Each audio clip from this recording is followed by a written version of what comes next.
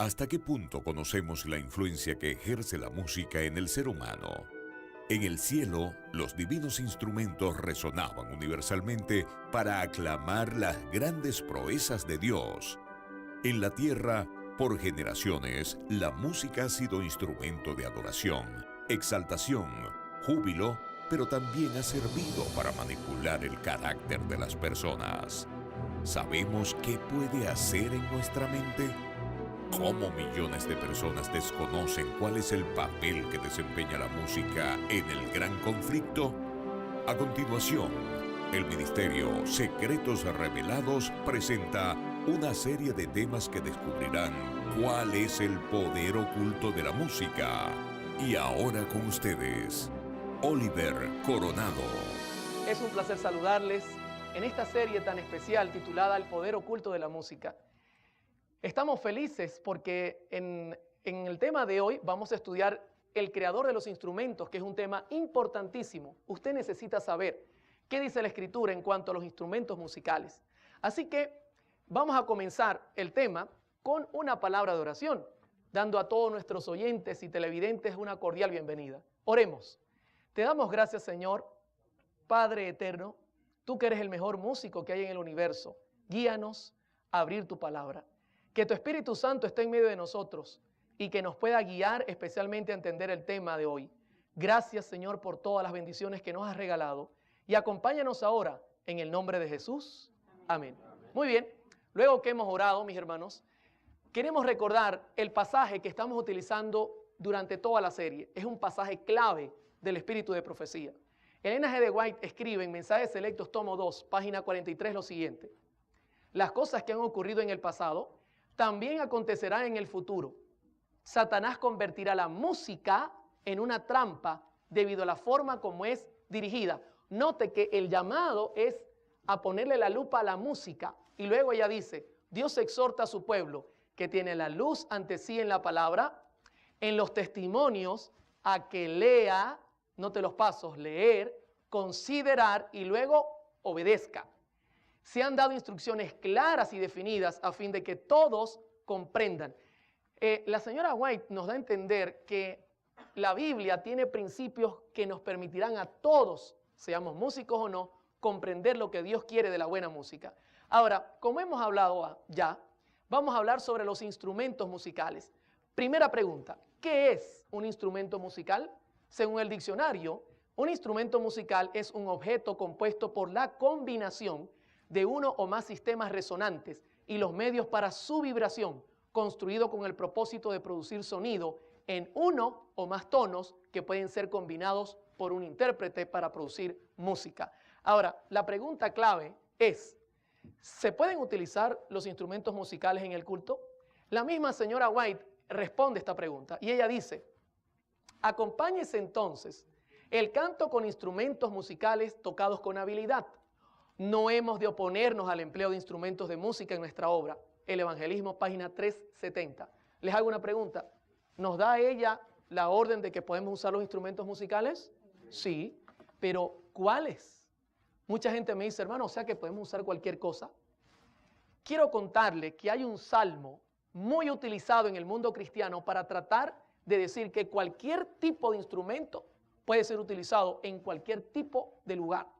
Y es el Salmo 150. Yo estoy seguro que usted lo ha leído alguna vez. El Salmo 150 presenta los instrumentos en general y presenta diferentes lugares donde fueron utilizados, pero la gente mezcla todo y dice, mira, podemos utilizar todos los instrumentos cual sea el lugar. Déjeme darle una clave del Salmo 150. El Salmo 150 presenta 3 lugares o 3 situaciones diferentes. Y luego, en su segunda parte, presenta los instrumentos a ser usados en cada situación. Vamos a comenzar a leerlo para tener idea de lo que estamos hablando. Salmo 151. Alabad a Dios, ¿a dónde? En su santuario, tenemos lugar 1. Alabadlo en la magnificencia de su firmamento, lugar 2. ¿Dónde está el firmamento?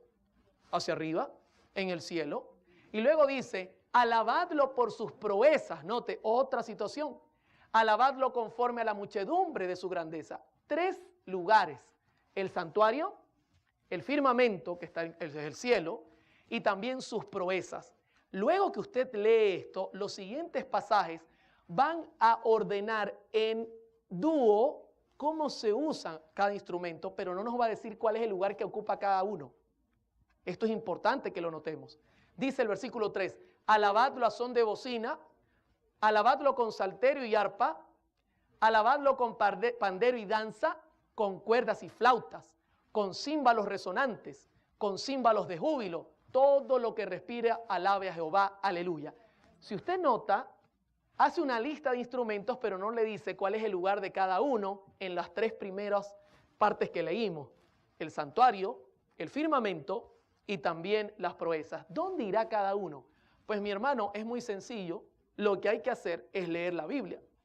La Biblia tiene información completa sobre cómo fueron usados estos instrumentos. Así que vamos a comenzar en este momento hablando de un principio importante para entender el tema de hoy. En 1 Corintios, capítulo 10, 23, la Escritura dice, todo me es lícito, pero no todo conviene. Todo me es lícito, pero no todo edifica. Ahora, aquí le voy a hacer a usted una pregunta y quiero que preste mucha atención. Tengo al pastor, que usted lo puede ver a mano izquierda, está vestido con un traje, ¿ok? Está bien vestido. Pregunto, ¿la ropa que tiene el pastor es buena para la iglesia? Sí, está muy bien vestido. Pero a mano derecha tengo a un joven vestido, en Venezuela lo llaman bermudas, un pantalón corto, una franela bien decente, unos zapatos decentes, pero no tiene medias. Le hago una pregunta, ¿el muchacho está mal vestido? No, él está bien vestido, pero ¿conviene ese tipo de indumentaria para la iglesia? No conviene. ¿Se da cuenta el principio que aplica Pablo? Todo me es lícito, pero no todo conviene. El hecho de que él no esté vestido con traje no quiere decir que está mal vestido o que la ropa que tiene es satánica. Esto es importante que lo entendamos a la luz de los instrumentos musicales. Los instrumentos son neutrales, pero no todos convienen en el mismo lugar porque generan información distinta al cerebro. Voy a cambiar la gráfica y ahora vemos una montaña y el pastor está con su traje y el joven ahora está vestido de forma casual. Le hago una pregunta. ¿Quién está mejor vestido ahora para el lugar? El muchacho, porque usted se imagina al pastor subiendo con el traje a la montaña. Bueno, de repente la corbata le puede servir si se resbala y se cuelga de un árbol, ¿verdad que sí?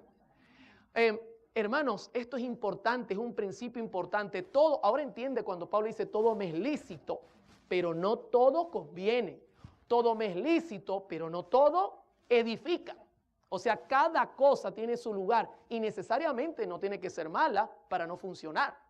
Ahora, entendiendo esto, vamos a comenzar a examinar el Salmo 150. La primera parte nos habla del santuario. Alabadlo en su santuario. Salmo 151. La palabra santuario en hebreo es la palabra kodesh, que significa cosa dedicada o lugar sagrado. Note qué interesante, cosa dedicada o lugar sagrado. Ya eso nos indica que es un lugar especial, muy especial. Cuando usted sigue mirando, la pregunta es ¿por qué es un lugar sagrado? Éxodo 25:8 dice, y harán un santuario para mí y habitaré en medio de ellos. Ahora se da cuenta por qué es sagrado el santuario, porque Dios habitaba en medio y eso lo hacía sagrado, era un lugar muy santo. En Hebreos 8:5, Moisés recibió órdenes de cómo preparar el modelo terrenal de ese santuario, ¿ok? Vamos a leer Hebreos 8:5, los cuales sirven a lo que es figura y sombra de las cosas celestiales, como se le advirtió a Moisés cuando iba a erigir el tabernáculo, diciendo, mira, haz todas las cosas conforme al modelo que se te ha mostrado en el monte. Le hago una pregunta, Dios le dio el modelo del santuario en el monte. Ahí estaba todo, cortinas, cómo iban a hacer los muebles, todo. ¿Y usted cree que en la adoración también le dio un modelo? ¿Será la adoración en el santuario terrenal igual a la del santuario celestial? Por lógica tiene que ser igual, porque Dios allá está en todo momento y también se manifestaba aquí. Entonces, ¿cómo sería la adoración allá? Fíjense que en el evangelismo, página 370, la señora White escribe, la música forma parte del culto de Dios en los atrios del cielo. En nuestros cantos de alabanza debemos intentar acercarnos tanto como sea posible a la armonía de los coros celestiales. Se da cuenta que ella da una orden que tenemos que tratar de ser muy semejantes. Ahora, en la conducción del niño, página 370, hay un pasaje clave y quiero que le preste debida atención a lo que voy a leer. La casa es el santuario ¿para quién? Hermano, en su casa Dios también se manifiesta y tenemos que tener cuidado con la música que ponemos en la casa. También dice, y la cámara o el huerto, el lugar más retraído para el culto individual. Pero la iglesia es el santuario para la congregación. Deben haber reglas respecto al tiempo, el lugar y la manera de adorar. Hermanos, estas reglas incluyen los instrumentos musicales. Y la Biblia da reglas claras que se deben tomar en cuenta. Vamos a comenzar hablando de los instrumentos que poco a poco Dios comenzó a meter en el santuario. En Números capítulo 10, versículo 1, leemos este pasaje. Jehová habló a Moisés diciendo, versículo 2 y 3 ahora, hazte 2 trompetas de plata, de obra de martillo las harás, las cuales te servirán para convocar la congregación y para hacer mover los campamentos. Y cuando las tocaren, toda la congregación se reunirá ante ti a la puerta del tabernáculo de reunión. Hermano, la trompeta que Dios le indicó a Moisés era de plata, 29 veces aparece en la escritura. Era una trompeta que daba señales, no era utilizada para armonía. Cuando el pueblo oía el sonido, el pueblo decía, Moisés está llamando, hay que ir al santuario. O también era utilizado para que el pueblo se moviera en casos de emergencia. Si usted lee Números 10, ahí da todas las indicaciones de cómo utilizar el sonido de la trompeta y qué hacía cada trompeta en su sonido, cómo debía actuar el pueblo. Así que la trompeta era un instrumento utilizado para dar señales. Flavio Josefo escribe sobre ella en Antigüedades, en su libro Antigüedades, y dice lo siguiente. Josefo describe la anchura de estas trompetas diciendo que eran tubos rectos de poco menos de un codo de longitud, aproximadamente unos 50 centímetros, algo más gruesos que una flauta y terminaban en campana.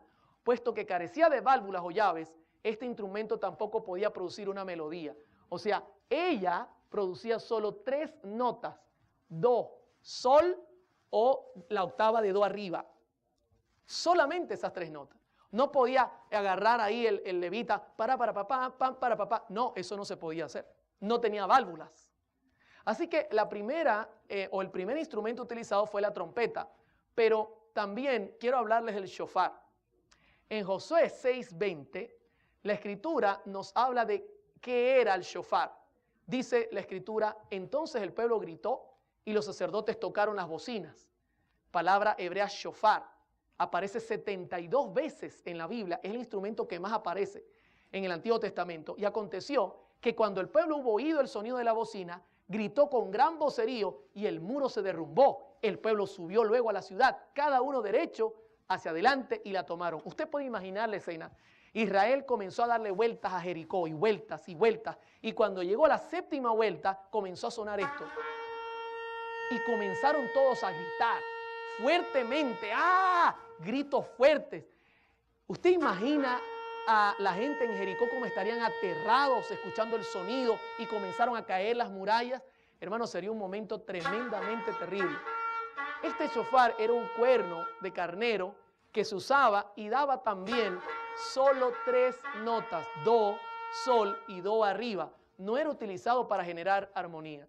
Qué tremenda es la escritura. Hasta aquí la escritura nos dice que se utilizaban estos 2 sonidos, el de la trompeta y el del shofar. Note algo interesante, el shofar no era usado en el templo.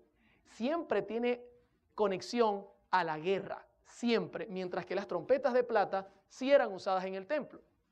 Ahora, otro instrumento que la Biblia nombra y que se usaba en el templo era el címbalo.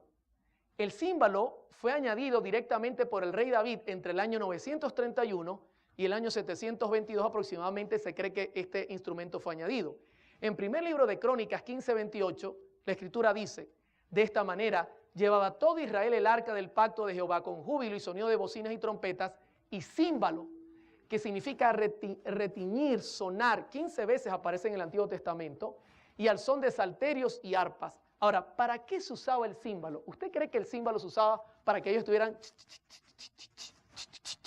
No. Ellos lo usaban justo en las estrofas, marcaban la estrofa para luego poder entonces entrar la estrofa y también marcaban el coro. O sea, era un instrumento que daba señales. No era un instrumento para hacer ruido y estar tocando y llevar un ritmo, solo daba señales. Usualmente metían sus manos entre el cuero y lo hacían sonar de esta forma. Algunos dicen que también podía sonar de esta forma para hacer que el sonido fuese menos fuerte. Pero estos dos, la trompeta y el címbalo, simplemente daban señales. Usted puede escucharlo. Y ahí comenzaba la estrofa. Y podía comenzar el coro. Era un instrumento para dar señales. Muy bien, tenemos la trompeta y el címbalo, pero ¿y David no usaba instrumentos de armonía? Sí que los usó.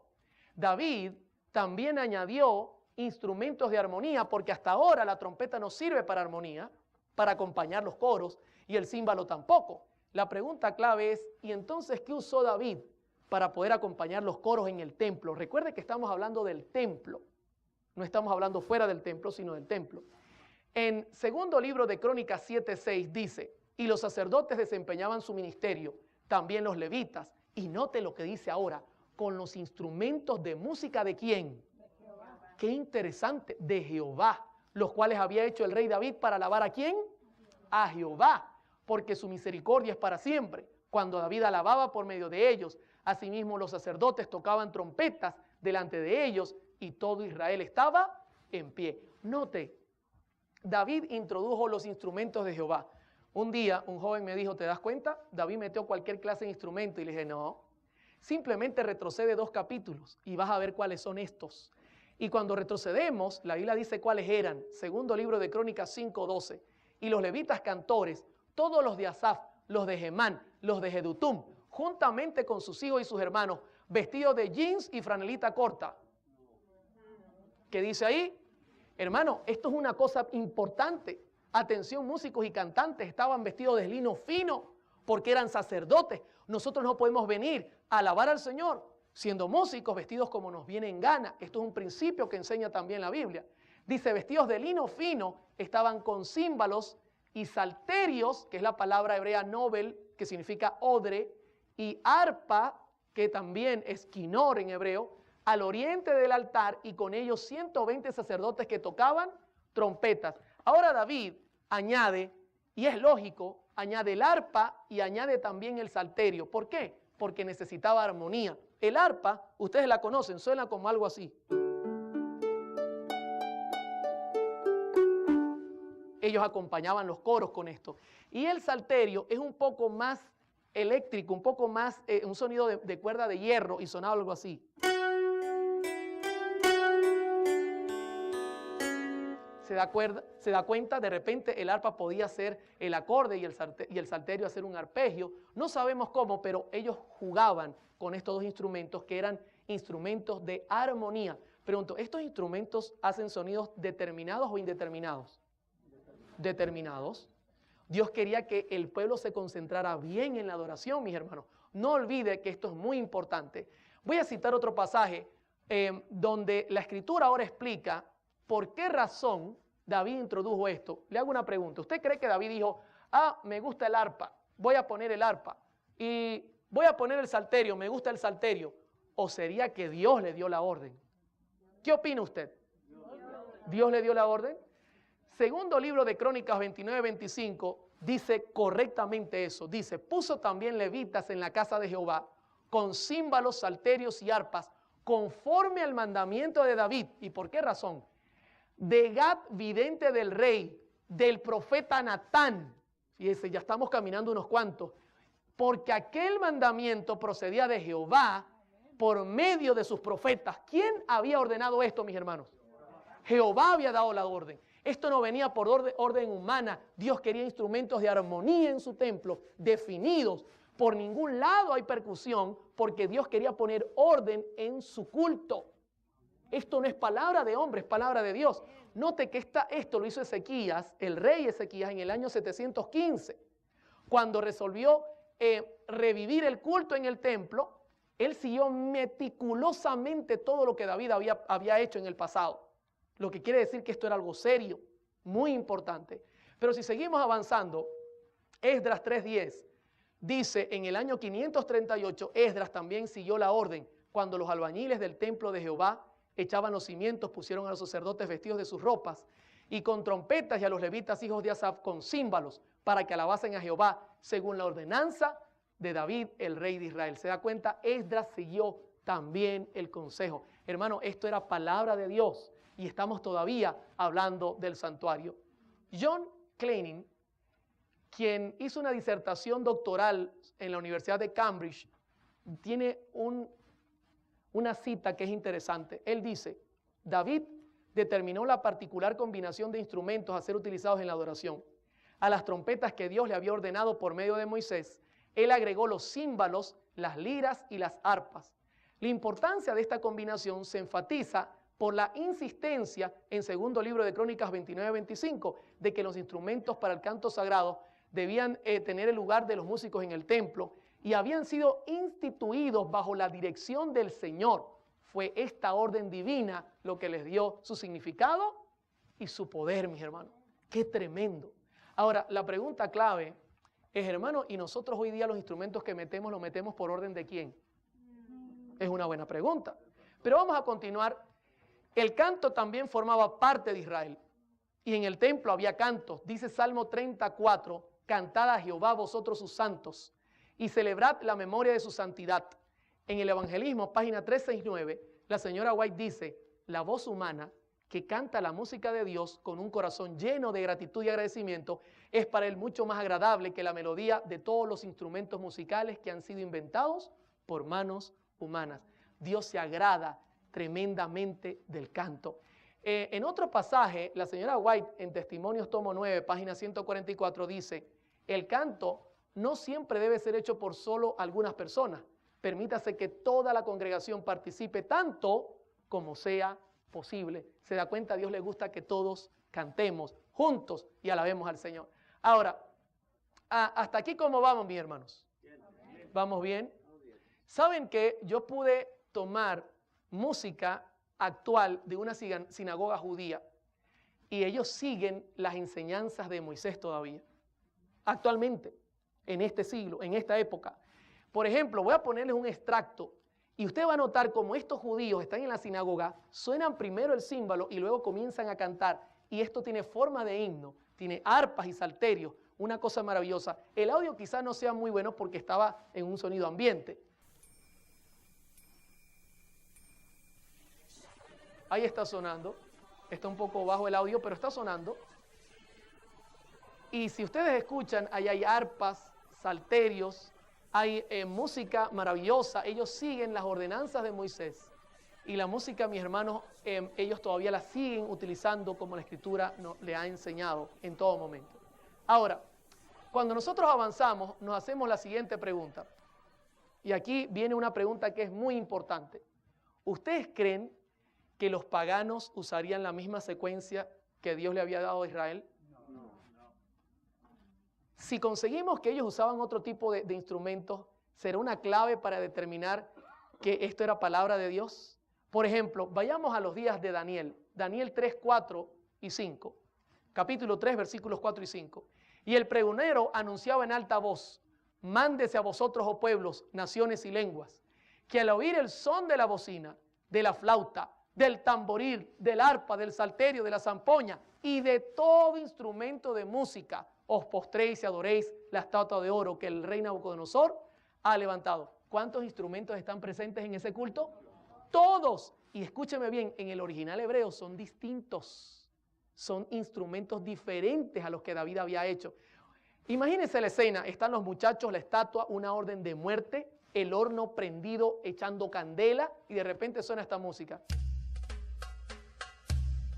Y la gente, no bastaba la presión, sino la gente hipnotizada. Ya la música era diferente, ellos usaban la música para generar emoción. Y no crea que era suave todo el tiempo, esta es música árabe que se usa muy parecida a la que usaba Nabucodonosor. Escuchen. Arrodíllense, si no los voy a matar. la misma música trataba de influenciarlos a estos muchachos para caer postrados. Mi pregunta en este momento es la siguiente. Queridos hermanos, ¿será que nosotros nos estamos arrodillando delante de la estatua de Nabucodonosor hoy día escuchando su música? ¿Qué tipo de música estamos usando para alabar al Señor? ¿La que dice la Biblia o la que la Biblia revela que usaba Nabucodonosor? Yo pudiese hacer ritmos pop sobre la música árabe, porque tiene el mismo principio de violaciones musicales. Ahora, en Éxodo 33, 18, dice la Escritura en el 19, cuando oyó Josué el clamor del pueblo que gritaba, palabra col en hebreo que significa gemía, dijo a Moisés, alarido de pelea y en el campamento. Y respondió Moisés, no es voz de alaridos de fuertes, ni voz de alaridos de débiles, voz de cantar, aullar, es la palabra aná, oigo yo. Ahora, imagínense la escena.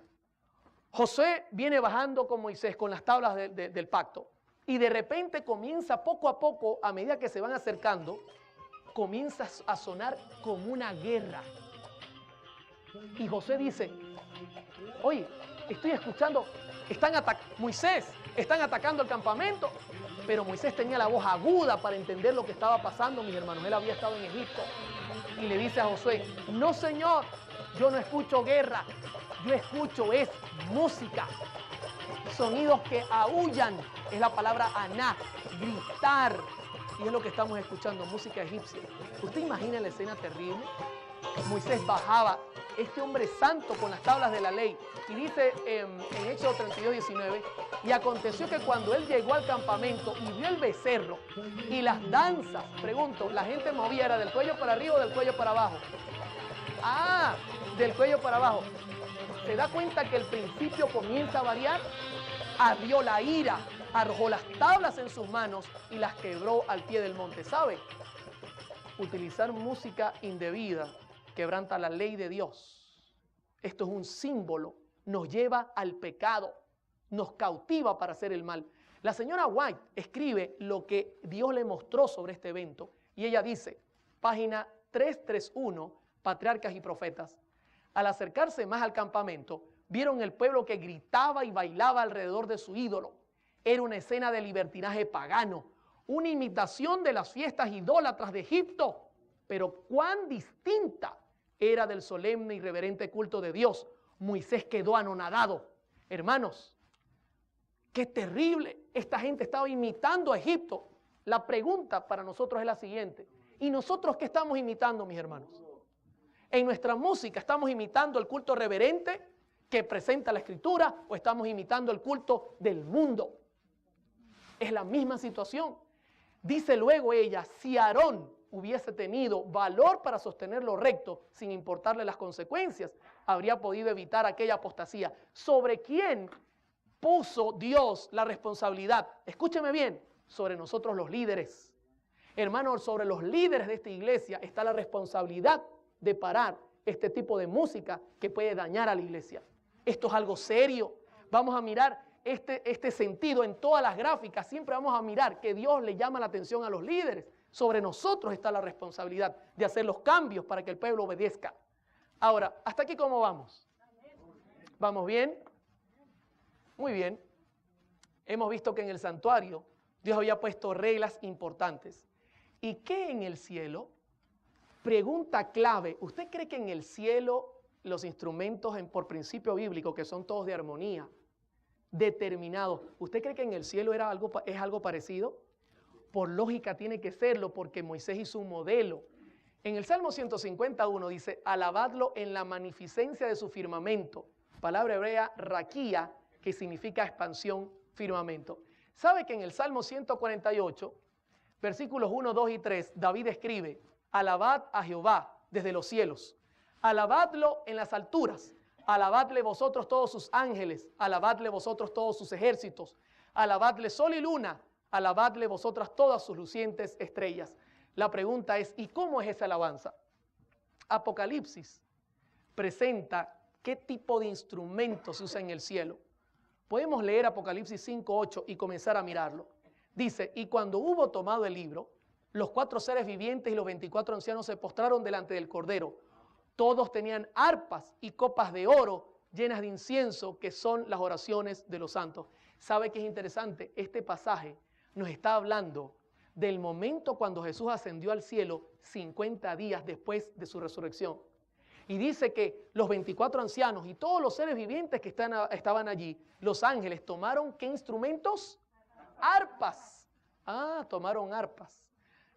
Presentando este tema, una persona me dijo, hermano, eso es simbólico. Todo eso es simbólico. Y les ¿está seguro que es simbólico? La señora White no dice que es simbólico. Y quiero citar El deseo de toda la gente, página 774, donde ella está hablando del mismo evento. Con gozo inefable, los principados y las potestades reconocen la supremacía del príncipe de la vida. La hueste angélica se postra delante de él, mientras que el alegre clamor llena todos los atrios del cielo. Digno es el cordero que ha sido inmolado de recibir el poder, la riqueza, la sabiduría, la fortaleza, la honra, la gloria y la bendición. Los cánticos de triunfo se mezclan con la música ¿de qué cosa? De las arpas angelicales, hasta que el cielo parece rebosar de gozo y alabanza.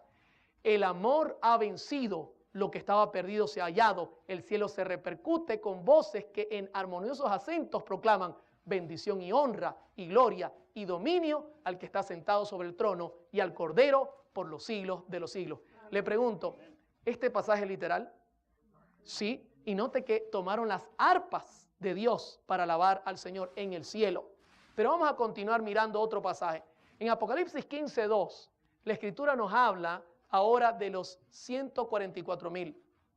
Dice, vi también como un mar de vidrio mezclado con fuego, y a los que habían alcanzado la victoria sobre la bestia y su imagen, y su marca, y el número de su nombre en pie sobre el mar de vidrio, ¿con qué cosa?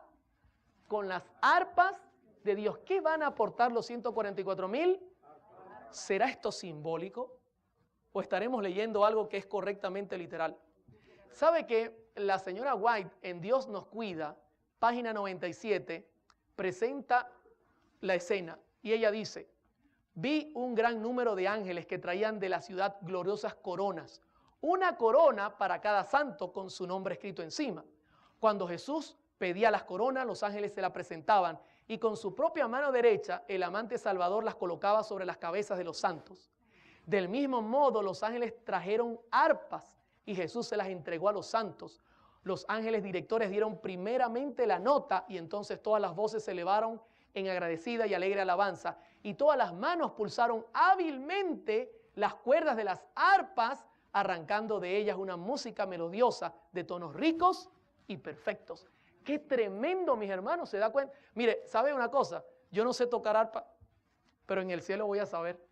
Dios va a colocar el chip con la información necesaria para conocerme todas las notas. Y cuando el ángel me dé el tono, yo voy a acompañarlo. ¡Qué maravilloso! Pero se da cuenta que lo que ocurre en el cielo es lo mismo que Moisés recibió como modelo. ¿Y qué de la trompeta? ¿Con qué voz viene el Señor del cielo, mis hermanos? Con voz de trompeta. En 1 Tesalonicenses 4:16 dice, porque el Señor mismo, con voz de mando, con voz de arcángel y con trompeta de Dios, descenderá del cielo y los muertos en Cristo resucitarán primero. ¿Sabe? La señora White dice en Maranata, el Señor viene, página 287, al vislumbrarse a la distancia parecía muy pequeña. El ángel dijo que era la señal del Hijo del Hombre. Cuando se acercó a la tierra, pudimos contemplar la excelsa gloria y la majestad de Jesús al avanzar como vencedor. Sus cabellos blancos y rizados le caían sobre los hombros y llevaba muchas coronas en la cabeza. Sus pies parecían de fuego, en la mano derecha tenía una hoz aguda y en la izquierda llevaba una trompeta de plata. ¡Qué interesante! Es la misma secuencia que conseguimos en la Escritura. Ahora, usted me dirá, hermano Oliver, pero hoy día, ¿cómo poder nosotros alabar al Señor con arpas y salterios? Simplemente hay que actualizar el instrumento. Por ejemplo, ¿con qué usted compararía un caballo en este siglo, en este año? ¿Con un carro? ¿Un caballo con un carro? ¿O una carroza con un carro? En los días de Moisés, un caballo equivaldría hoy día ¿a qué cosa? ¿A una moto? ¿Cuántos están conmigo que es una moto? Sí. Y en los días de Moisés, una carroza sería compatible hoy día ¿con qué? ¿Con un carro? Sí. Entonces, ¿cómo compararíamos nosotros estos instrumentos musicales? Hermanos, el principio es claro. Por ejemplo, mucha gente dice, y yo creo que es así, que el salterio ha evolucionado a lo que hoy día es el piano. Si tenemos un piano en la iglesia no habría ningún problema, es un instrumento de armonía, pero por ejemplo, ¿yo pudiese sustituir el salterio por un tambor? No. ¿Por qué no? Porque es un instrumento indeterminado, ¿se da cuenta la diferencia? Tuc, tuc, tuc, tuc, es diferente a hacer acordes. Esta es la manera que tenemos que nosotros interpretar todas estas cosas, mis hermanos, para mantener el orden que Dios ha establecido. ¿Cómo vamos hasta acá? ¿Estamos viendo las maravillas de Dios? Pero sabe una cosa, aún nos resta estudiar las proezas y su grandeza. En el Salmo 152 dice, alabadlo por sus proezas, conforme a la muchedumbre de sus grandezas. Ya hemos estudiado acerca del arpa, del salterio, la trompeta, hemos estudiado acerca del shofar, hemos visto el címbalo, hemos visto que en el cielo se usan instrumentos parecidos, pero ¿y qué en las cosas seculares? Aquí es donde vamos. Por ejemplo, el Salmo 150 dice que hay que alabarlo con pandero, danza, con cuerdas y flautas. ¿Dónde se usaba el pandero, la danza, las cuerdas y las flautas? Pues hay que ir a la Biblia. El Salmo 150 dice alabadlo con pandero, palabra hebrea que significa o dice tof, y danza con cuerdas y flautas. El pandero, usted lo puede mirar en pantalla, era un instrumento que se tocaba, tenía como unas castañuelas o metales y daba unos golpecitos, marcaban el ritmo y el tiempo, y a veces tenía sonidos un poco más graves, pero era un tamborcillo de mano. Hermano, ¿sabe qué? Para sorpresa de muchos, en la Biblia no se usa la palabra tambor. En los 66 libros no aparece tambor. Lo más parecido es tof, tamborcillo de mano. ¿Y dónde se usaba el tof? En Éxodo 15, 20, la Biblia dice que se usaba en victorias militares. Y María la profetisa, hermana de Aarón, tomó un pandero en su mano y todas las mujeres salieron en pos de ella con panderos y danzas. ¿Recuerdan? Pasaron el mar y agarraron los panderos. Pregunto, ¿era dentro del templo o fuera del templo? Fuera del templo. ¿Se da cuenta el principio bíblico? Es claro, Dios no quería en el templo panderos. Fuera del templo no había ningún inconveniente, todo me es lícito, pero no todo conviene. Ahora, ¿recuerda cuando también David venció al gigante en primer libro de Samuel 18:6? Aconteció que cuando volvían ellos, cuando David volvió de matar al filisteo, salieron las mujeres de todas las ciudades de Israel cantando y danzando para recibir al rey Saúl con panderos, con cánticos de alegría y con instrumentos de música. ¿Se da cuenta? Nuevamente los panderos, ¿dónde? ¿Fuera o dentro del templo? Fuera. O sea, tenemos aquí enseñanzas claves. También se usaban en fiestas, cosas de entretenimiento. Job 21:12, al son del tamboril y de la cítara saltan y se regocijan al son de la flauta. ¿Se da cuenta? Era música de entretenimiento. En Jeremías 31:4 también aparece ligado el tof, el tambor de mano, con entretenimiento. Aún te edificaré y serás edificada, oh Virgen de Israel. Todavía serás adornada con tus panderos y saldrás con alegres danzas. O sea, en pocas palabras, el pandero era usado para fuera o dentro del templo, para cosas de entretenimiento. Esto es un principio que no hay que olvidar. Mañana usted va a entender en el tema número 4 por qué todo esto tiene esta conexión. Una cosa maravillosa, cómo el cuerpo ubica la información. ¿Y qué de la danza? Hoy día la danza es un tema polémico. Y le cuento que mucha gente por introducir música errónea está comenzando a danzar en las iglesias y a mover el cuerpito. Porque la música debe mover del cuello para arriba, no del cuello para abajo. En el Salmo 154 dice, alabadlo con pandero y danza, palabra hebrea hul, que significa girar en círculos. Alabadlo con cuerdas y flautas. Note, la traducción debería ser girar en círculos, pero ellos ponen danza. Ahora, ¿cómo es esto? Eclesiastés 3 nos presenta el principio de la danza. Note lo que dice Eclesiastés 3:4, tiempo de llorar, tiempo de reír, tiempo de endechar, o sea, estar triste, y tiempo de bailar, palabra hebrea rakat, que significa saltar de alegría. Note, es lo contrario a estar triste, tiempo de estar triste y tiempo de saltar de alegría. Eso es lo que significa danza. Pero ¿Sabía usted que la danza es nombrada 27 veces en la Biblia? Siempre ocurre después de un tremendo evento. Por ejemplo, el primer lugar donde aparece la danza es cuando Israel pasa el Mar Rojo. ¿Usted imagina estar nosotros con Israel pasando el Mar Rojo? Y nosotros terminemos de pasar el Mar Rojo y entonces le digamos a Moisés una palmada por la espalda: Moisés, te felicito, hiciste buen trabajo. Hermano, el ejército venía detrás, el más grande de la época, a los lados de las montañas. Dios abre el mar. Si yo hubiese estado allí, me hubiesen tenido que amarrar porque estaría todavía hoy brincando de alegría. Y la Escritura dice que luego de eso se cumple Éxodo 15:20 y María, la profetisa, hermana de Aarón, tomó un pandero en su mano y todas las mujeres salieron en pos de ella con panderos y danzas. Brincaban de alegría. En Lucas 15 está el último pasaje de la danza. Y escúcheme, tiene que ver con el hijo pródigo. Dice Lucas 15:25, y su hijo mayor estaba en el campo, y cuando vino y llegó a casa, o cerca de casa, oyó la música y las danzas, el mayor. Ahora, cuando usted lee la parábola, ¿cuándo danzaron ellos? ¿Antes de que llegara el hijo perdido o después? Lógico, siempre la danza viene después del evento. Era algo cultural en Israel. Imagínense el hijo pródigo llegando triste, y cuando va llegando triste consigue que hay una fiesta en la casa. Hubiese dicho: mi papá no está triste, está haciendo fiesta porque yo no estoy. Pero ocurre es después. Él llega, el papá aprendiéndose el mensaje: he pecado contra el cielo y contra ti, Padre, perdóname. El papá cuando lo ve lo abraza, le perdona. Es un momento especial, hacen una fiesta y ahí la gente danza como resultado. Siempre la danza en la Escritura está ligado a la parte, hermano, que tiene que ver con celebración por un momento especial. Si nosotros hoy día brincáramos aquí nos llamarían locos, pero en Israel eso es algo cultural.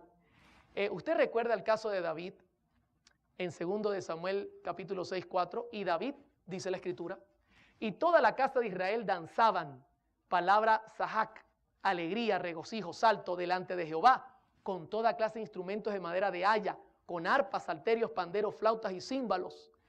¿Sabe? Mucha gente utiliza este pasaje para decir: viste, se puede bailar.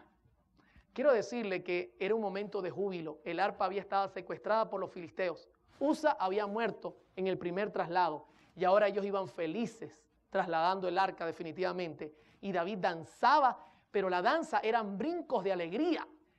La señora White, en Patriarcas y Profetas, página 766, describe su danza y note lo que dice. Nuevamente el largo séquito se puso en movimiento y flotó hacia el cielo la música de arpas, cometas, de trompetas y címbalos, fusionada con la melodía de una multitud de voces. En su regocijo, David, que dice allí, saltaba, no bailaba merengue, ni bailaba salsa, ni bailaba rock and roll, saltaba con toda su fuerza delante de Jehová, al compás de la música. Y luego dice: el hecho de que en su alegría reverente David danzó delante de Dios ha sido citado por los amantes de los placeres mundanos para justificar los bailes modernos. Pero este argumento no tiene fundamento. En nuestros días, el baile va asociado con insensateces y festines de medianoche. La salud y la moral se sacrifican en aras del placer. Hermanos, David saltaba de alegría. Imagine la escena. Yo para esto he incorporado el himno de Israel. Imagínense esta música de fondo, que es la que ella más o menos describe. El séquito llevando el arca y David emocionado porque el símbolo de la presencia de Dios volvía al campamento. ¡Qué momento tan especial, mis hermanos! Yo imagino los brincos de alegría, el festín del pueblo. Era un momento solemne, mis hermanos. No era un momento de diversión y entretenimiento común, como nosotros pensamos y mucha gente piensa. Tremendo. La Escritura es muy clara en cada presentación. No nos deja dudas de que la danza es algo muy típico en Israel y era utilizado siempre para demostrar que había ocurrido un evento muy especial. No es para echar una bailadita, como en muchos países latinoamericanos y también aquí en los Estados Unidos de América. Pregunto, ¿cómo vamos hasta acá? ¿La Biblia está dejando algún vacío? ¿Está dándonos principios claros de qué música quiere Dios en el templo? Le pregunto, si yo aparezco con el tamborcillo de mano y danzando en el templo, ¿qué diría usted? Hermano, ¿dónde está escrito eso? Muéstremelo y con mucho cariño podemos atenderlo. Porque la Biblia da principios claros, mis hermanos. Dios quiere armonía, quiere que nuestros cantos sean acompañados por instrumentos musicales que nos den una clara visión de las cosas, que estemos conectados con el cielo en todo momento. Nos falta un instrumento y es la flauta. La flauta en el Salmo 154 tampoco estaba en el santuario. Y al final voy a explicar un poco qué principio se maneja acá. Dice, alabadlo con pandero y danza, alabadlo con cuerdas y flautas, instrumento de viento, ugab. ¿Dónde se usaba la flauta? Usted puede escuchar. Siempre se mezclaba con el pandero. Lo usaban para algún momento especial, una fiesta especial, santa, sana, porque en todo lo que hagamos, dice la Biblia, debemos hacerlo todo para la gloria de Dios. Hermano, no podemos ser diferentes en la iglesia y en la casa tener otro tipo de música. ¿Qué dice la escritura de la flauta? ¿Sabe que la flauta se usaba en momentos de júbilo? Primer libro de Reyes 1, 39 y 40 dicen, y tomando el sacerdote Sadoc el cuerno del aceite del tabernáculo, ungió a Salomón, y tocaron trompeta, y dijo todo el pueblo, viva el rey Salomón. Después subió todo el pueblo en pos de él, y cantaba la gente con flautas, y hacían grandes alegrías, que parecía que la tierra se hundía con el clamor de ellos. Qué interesante. La flauta era utilizada fuera del santuario, en momentos de entretenimiento, en momentos especiales, se podía usar sin ningún problema, no había ningún inconveniente. Mucha gente me dice, ¿y hoy día, hermano Oliver? Ya vamos a hablar un poco de eso, pero vamos a seguir mirando. Isaías 5, 11 y 12 presenta también el uso de la flauta en momentos externos a las cosas espirituales y a las cosas del templo. Hay de los que se levantan de mañana para seguir la embriaguez, que se están hasta la noche hasta que el vino los enciende. Y en sus banquetes hay arpas, vihuelas, tamboriles, flautas, vino, y no miran la obra de Jehová, ni consideran la obra de sus manos. ¿Se da cuenta? La flauta estaba ligada a actividades que el pueblo hacía externamente. Eran actividades de fiesta, eran actividades que no estaban conectadas directamente con el santuario. Ahora, usted dirá, hermano Oliver, ¿y por qué? Si la flauta no es un instrumento malo, si nosotros hoy día actualizáramos todo, notáramos que la flauta hoy día, inclusive la flauta vertical, tiene un sonido muy suave, distinto a la flauta que usaba Israel. Es una flauta más clásica. Personalmente creo que no habría ningún inconveniente en usarla en el culto, al igual que usar la trompeta para tocar un especial, porque hoy día tiene llaves. El detalle que quiere enseñarnos las Escrituras, mis hermanos, muy especialmente, es el punto de que Dios no quiere que nosotros usemos lo común en el culto, que cada cosa debe tener su lugar y que tenemos que tener sumo cuidado en que las cosas se hagan como Dios ha determinado. Por ejemplo, haciendo un repaso, hemos visto que Dios ordenó que en el templo se usaran instrumentos de armonía, como el arpa, el salterio. Hoy día pudiésemos usar el piano, pudiésemos usar guitarras, pudiésemos usar cualquier otro tipo de instrumento de armonía. Pudiese haber un especial con una trompeta, pudiese haber un especial con una flauta, con un sonido suave y delicado, no habría ningún problema. Una persona me preguntaba, hermano, ¿y la cultura puede regir en cuanto al uso del instrumento? ¿Sabe que la Conferencia General cree que la cultura tiene incidencia en cuanto a la música? Y yo creo personalmente que sí la tiene. Pero el mismo documento le pone límites a la cultura. Por ejemplo, si usted va a Venezuela, usted va a conseguir que hay partes de Venezuela donde se usan distintos instrumentos. Por ejemplo, el cuatro es un instrumento de 4 cuerdas, parecido a la guitarra. Yo he ido a lugares donde los hermanos no saben tocar piano, no saben tocar órgano, y alaban al Señor con los himnos, tocándolos con el 4, y suena maravilloso. Eso es una manera de que la cultura incida en el tipo de instrumento. En pocas palabras, la cultura puede incidir en el tipo de instrumento, pero sin romper los principios bíblicos. No es que yo voy a ir a África y entonces ellos usan tambor. Pregunto, ¿ahí se rompería el principio bíblico dentro de la iglesia? Sí, porque el tambor es un instrumento indefinido. Yo no puedo acompañar un himno, no suena igual que un cuatro, que es armonía, no suena igual que un piano. O sea, la cultura tiene incidencia en el tipo de instrumentos, pero luego la conferencia general dice, pero la Biblia es el filtro que debemos utilizar para saber cuáles convienen en la iglesia y cuáles no convienen en la iglesia. ¿Verdad que es maravilloso, hermano, estudiar todo esto y mirarlo? Claramente nos da consejos que son prácticos para entender todos estos principios bíblicos en cuanto a los instrumentos. Quisiera finalizar ya, entrando a la recta final del estudio, en un pasaje que la señora White cita en La conducción del niño, página 515. Quiero decirles que muchas personas dicen, es que la Biblia no habla de música. ¿Usted cree que la Biblia no habla de música? En lo que hemos estudiado todos estos temas, ¿habla o no habla? Hay gente que me dice, Oliver, pero es que la Biblia no habla claro de los principios. ¿Habla o no habla de principios? La Biblia no te va a dar clases de solfeo, ni te va a explicar cómo leer una partitura, pero sí te va a decir qué es lo que Dios quiere que suene en tus oídos para que sea música gratificante. Entonces, no podemos nosotros aceptar este tipo de argumentos, hermano, decir, no, es que la Biblia no da principios, sí lo que los tiene. Más de 500 pasajes hablan de la música, de qué debemos oír y cómo debemos oírlo. Jesús en varias oportunidades dijo, cuidado con lo que oís, y tenemos que tomarlo en cuenta. Conducción del niño, página 515, dice la señora White lo siguiente. Por esta razón, la casa o santuario dedicado a Dios no debería convertirse en un lugar común. Su santidad no se debería confundir ni mezclar con los sentimientos comunes de todos los días o de la vida comercial. Debería haber un solemne temor reverente en los adoradores cuando entran en el santuario y debieran dejar tras sí todos los pensamientos mundanos y comunes. ¿Está notando lo que dice la sierva del Señor?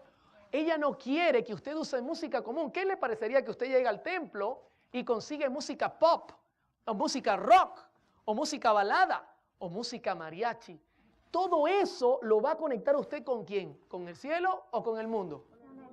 ¿Se da cuenta los principios que se comienzan a romper? Claramente lo dicen. Dios no quiere que se convierta esto en un lugar común. Su santidad no debe confundirse ni mezclarse con los sentimientos comunes. Luego ella dice, debiera haber un solemne temor reverente en los adoradores cuando entran en el santuario y debieran dejar tras sí todos los pensamientos mundanos y comunes. Pues ese es el lugar donde Dios revela su presencia. Es como la cámara de audiencia del gran Dios eterno. Por lo tanto, el orgullo, la pasión, la disensión, la egolatría, el egoísmo, la avaricia que Dios denuncia como idolatría son inapropiados para tal lugar. Hermano, ¿sabe qué? Allí cuando la señora White denuncia y pone el orgullo, la pasión, la disensión, la egolatría y el egoísmo, ¿sabe lo que está ella prácticamente presentando o ilustrando? Los conceptos musicales mundanos. Cuando nosotros vemos a la música mundana, la mayoría de los cantantes son ególatras. Solamente piensan ¿en quién? En ellos. Y ella no quiere que nosotros nos conectemos. Quiero compartir con ustedes, una vez este servidor estaba tocando y cantando en un culto. Esto es interesante. Había predicado el sermón. El sermón había sido verdad presente. Me gusta siempre tocar temas que tengan que ver con la verdad presente. Cuando estoy terminando el sermón, decido tener un especial, pero mi especial en aquel tiempo era una balada, música sentimental. De eso voy a comenzar a estudiar esta semana. Música romántica. Y escúcheme, presento el tema, la gente se pone de pie, le hago el llamado, tomo el micrófono y comienzo a cantar. Terminó el culto, la gente se acercó, me agradeció, pero una señora me dijo lo siguiente: hermano Oliver, el sermón estuvo precioso, me gustó muchísimo el especial. ¿Sabe? Cuando lo oí cantar, recordé a Ricardo Montaner en sus buenos tiempos. Y yo dije, ¿cómo? Cuando ella me dijo así, hermano, yo me alarmé. ¿A quién le hice recordar? Y ella me dice, a Ricardo Montaner. Yo no sé si usted conoce a Ricardo Montaner, es un gran cantante en Venezuela, de origen chileno, muy conocido, muy famoso a nivel mundial. Cuando ella me dijo eso, hermano, eso me llamó la atención, si yo lo que estaba presentando era santo o no era santo. Porque a ella no le vino la imagen de Dios, le vino la imagen de algo secular. Entonces la pregunta que yo me hice es, ¿a quién estoy alabando? ¿A quién estoy representando? ¿Qué es lo que estoy presentando en mi iglesia? Que la gente en vez de recordar a Dios, recuerda lo mundano. Hermano, Dios quería marcar una seria diferencia. Dios quería que su culto fuese especial, con principios santos. Y todavía actualmente Dios sigue siendo el mismo. Pregunto, ¿Malaquías dice que Dios ha cambiado? No. Sigue siendo el mismo. Hermano, cuidado con la música que nosotros introducimos en el culto. Hagamos clara diferencia. En otro lugar estuve en una actividad, en un campamento, y usaban música santa en momentos seculares. Cuando habían marchas, colocaban himnos. Yo tuve que acercarme a la gente y decirle con amor, hermano, no mezcle lo santo con lo común. Porque cuando usted escuche entonces, que los jóvenes escuchen lo santo, no van a hallar la diferencia. Tiene que haber una marcada diferencia. Use música clásica de algún otro tipo de música, pero deje lo santo para lo santo y separe lo común para lo común. Ese es el principio que presenta la Escritura, mis hermanos. No olvidemos que para cada cosa Dios tiene lo santo para lo santo y lo común para lo común. Hagamos separación y entonces haremos buena música para el Señor. Pregunto antes de despedirme, ¿cómo vamos? ¿Estamos entendiendo lo maravillas que Dios tiene? ¿Verdad que la Biblia nos habla sin cesar? Qué tremendo, mis hermanos. No se pierda el tema de mañana. Mañana vamos a armar un candado. Usted se va a dar cuenta por qué todos estos principios son avalados también por la ciencia. Mañana tendremos un concierto. Ciencia, Biblia y testimonios. Y usted va a notar que los tres hablan en concierto. Y va a notar que también la ciencia determina y dice lo que Dios enseña es la verdad. Dios les bendiga y que la paz de Dios esté con ustedes. Amén.